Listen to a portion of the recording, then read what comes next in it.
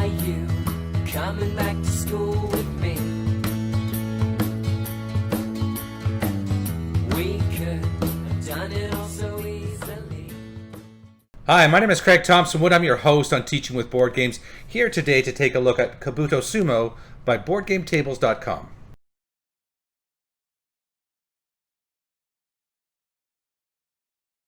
Kabuto Sumo, so Kabuto meaning bug and sumo like the sumo wrestlers, is a wrestling game where each player is taking the role of a different kind of bug, and there's different bugs which have different signature moves, which are powers that you have to accomplish your ends in the game, and is very popular right now. There's a lot of people. When I bought this game, it was at the recommendation of Level Up Games. They said, hey, a lot of people are buying this. We can't keep it in stock. It keeps flying off the shelves. Currently, it's out of stock there. And I thought, great. Very excited to get this one. And it was described to me with the elements that sounded, with some geospatial reasoning and things and awareness. And so I thought, that sounds excellent. So bought it for the channel. Does it live up to the hype? Take you to the report card. I'll let you know what I think. So look at the report card for Kabuto Sumo. I'm going to give the number of players a B. It plays between 2 to 4 players, which is my exact specifications for a B grade. So it gets the B. For learning for Kabuto Sumo, I'm going to give it a C-. I give it the C- because really all there is to it is reading of the cards. The cards have some information on the front about bugs, and I mean, unless you're doing a course in entomology, in entomology, study of insects, then really, I mean, it's kind of interesting information, but it's really kind of trivia. It's nothing that you're going to be needing to practice. The reading skills, I guess, are good practice for you, but it's very limited. The geospatial awareness reasoning, I thought, like, as you're in the game, it's like a dexterity game. You're pushing discs on the board, on the circular board, with the intention of pushing out other discs and eventually pushing out your opponent out of the ring. But I just found that the way that the discs moved, as you might think, to try to create chain reactions of things, I don't know. I couldn't figure it out. If there's learning to be had there, then I'm not one who would be good to teach it, because I couldn't figure it out. It just, to me, it was almost like trying to, in that Price is Right game with the Plinko, where the disc drops down on those nails. It's just like, where does it land? I mean, trying to guess where that's going to be. It's the same thing here. You're pushing, and things are going to either maybe go left or right, depending on just where you're hitting that other the circles, and then down the line it kind of creates a chain reaction. It's hard to know. So learning in here, not really, not like I thought. And I mean, it gives the impression of it, but it fools you, and that's why I drop it down to that C- level. So for fun, let me just say that right off the bat, that when I played Kabuto Sumo, it's been a long time since I had ever wanted a game to be over with so badly. It was just frustration, just a lack of being able to do anything meaningful in the game. Like, I enjoy a game where there's some really interesting decisions to be made, where you can see what's happening and plan and strategize and things. And in this game, it's just kind of like, to my opinion, a lot of it just seemed almost like luck. Like if I push this in just right way, oh hey, look, it's just kind of chain reaction. And I pushed this way, but these things fell off over there. Hey, cool, that worked. I just, no, it was no fun at all for me. The first game ended super quickly because in the 2-player game, each player starts off with 3 pieces, and I started off, I pushed my first piece, nothing fell off. Okay, pushed my second piece, nothing fell off. I pushed my third piece, nothing fell off. So it came for my next turn again, and I'm looking, I'm like, well, what do? I don't have any more pieces. I read the rules. I said, you just lost. I'm like, really? I lost in less than like 2 minutes, and it was just like really kind of disappointing. I'm like, well, that's kind of like, I thought I was putting them in good places to create chain reactions. I could see pieces sort of teetering on the edge of the board. I thought if I put it here, it'll knock that piece. Nope, it kind of went out, snaked around in a different direction. So I just lost through, I mean, it was my fault because I was the one pushing the pieces, but really it didn't feel like there was anything I could do. It wasn't like that there was much, I don't know, like I said, I didn't have like a very sort of careful control over the situations of what I was happening in the game. And I found the whole thing frustrating. And then in the second game, it just kind of went on and on and on forever, where I was getting more pieces this time, obviously, and I stayed in the game longer, but it was just, the point of the game is to push the other person's wrestler out of the ring. Well, as soon as the other person's wrestler gets to the edge of the ring, what are they going to do? Well, they're going to use a piece to push that wrestler back into the ring again. I mean, it just, I don't know how it would ever happen in a 2-player, maybe in a 3-player game or more than that way. 2 other players and that I can help you get that person out. I mean, it's just in a 2-player game, it just went on and on and on, and it was just like I just wanted it to be over. I just, after a few moves, I mean, it was just not fun anymore. It was just like I'm pushing things. I'm just kind of hoping for the best each time. Here we go, fingers crossed, and off we go. It's just, like I said, plinko, and it was just not fun. I really did not like it. But that is my opinion. I will be open here and just say that I've watched some videos online to see what do people see in this game, and are people are loving it, and people are talking about how much they play it and they're really enjoying it, and I don't get it.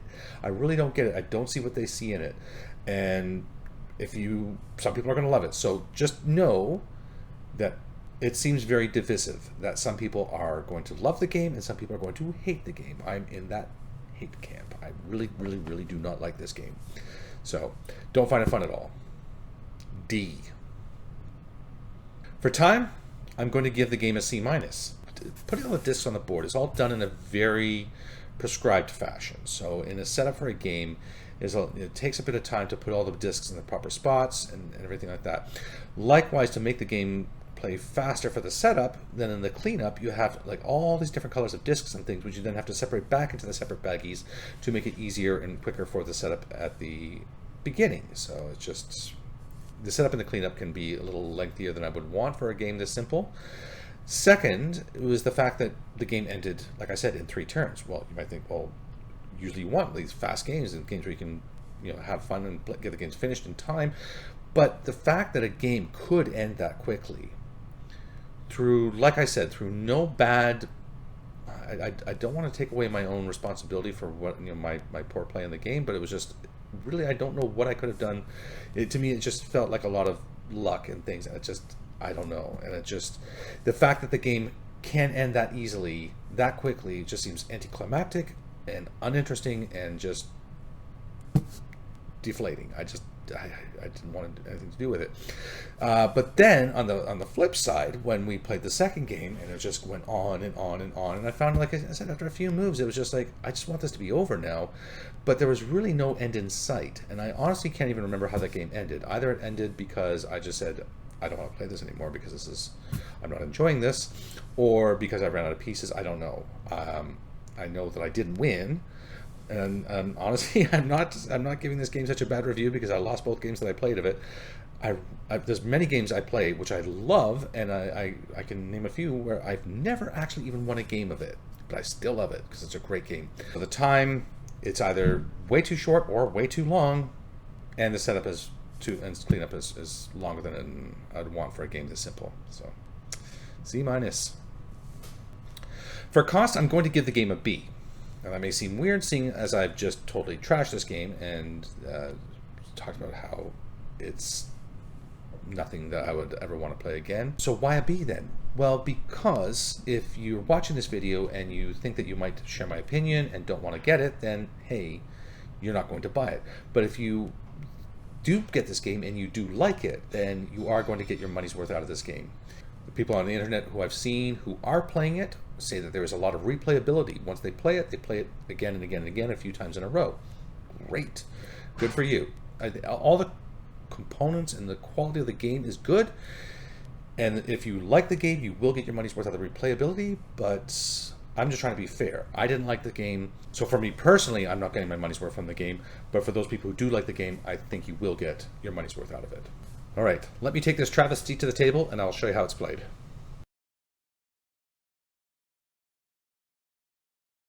So this is a setup for a 2-player game of Kabuto Sumo. So this is what I'm saying. You have to set up all these discs, and there's this very specific pattern, very style. So you have your large discs here, which are the darker brown. The lighter brown ones are your medium discs, and the greenish ones here are your small discs. These colorful things here are your wrestlers. Those are what you're trying to push out of the ring. So pushing out of the ring means literally pushing them off the board. So each player is going to take one of these bugs, and the bugs have a sort of signature move power on the back. So this is the Great Metamorphosis Bombardier Beetle. So like I'm saying, it has here, so it talks about what it does and gives some ideas. So it tells you some cool things about this bug, which is interesting. Each of the bugs will have some information about the bug. They will have its name, it'll have the name of its moves and what it can, special moves it can do, and the special actions it can take as part of its character, and what the costs is for doing that, because these ones will have costs associated with doing them. So what you're going to do on your turn, though, is you're going to be using this thing here, and you're going to put it wherever you want, and you're going to push here. So if I'm the yellow player and I want to get the purple player out, so I'm thinking, where would I go? So maybe something like here. Okay, so I take one of my discs. So like I say, each person starts with one medium and two small in a two-player game. Oh, sorry, get that lined up properly. Okay, and you're supposed to push this disc slowly on in a straight line, it says, until it has fully entered the ring. So once it has crossed off the platform here onto the sumo ring, then it stops. So I'm pushing this on. You see, where I'm trying to create a chain reaction to push things, it kind of like smooshes out side to side. So then the other player is going to go and I'll come here, and if you take maybe even the big one and push and smoosh, so I'm completely on, and again, see, nothing is coming off,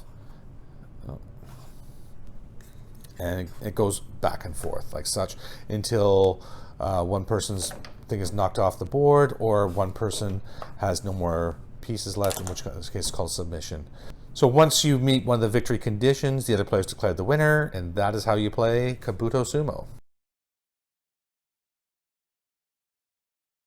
So Kabuto Sumo, if it's a game that you were interested in getting for yourself, for your home or for yourself, then I think that it's probably a game I'd recommend for home play more so than a classroom.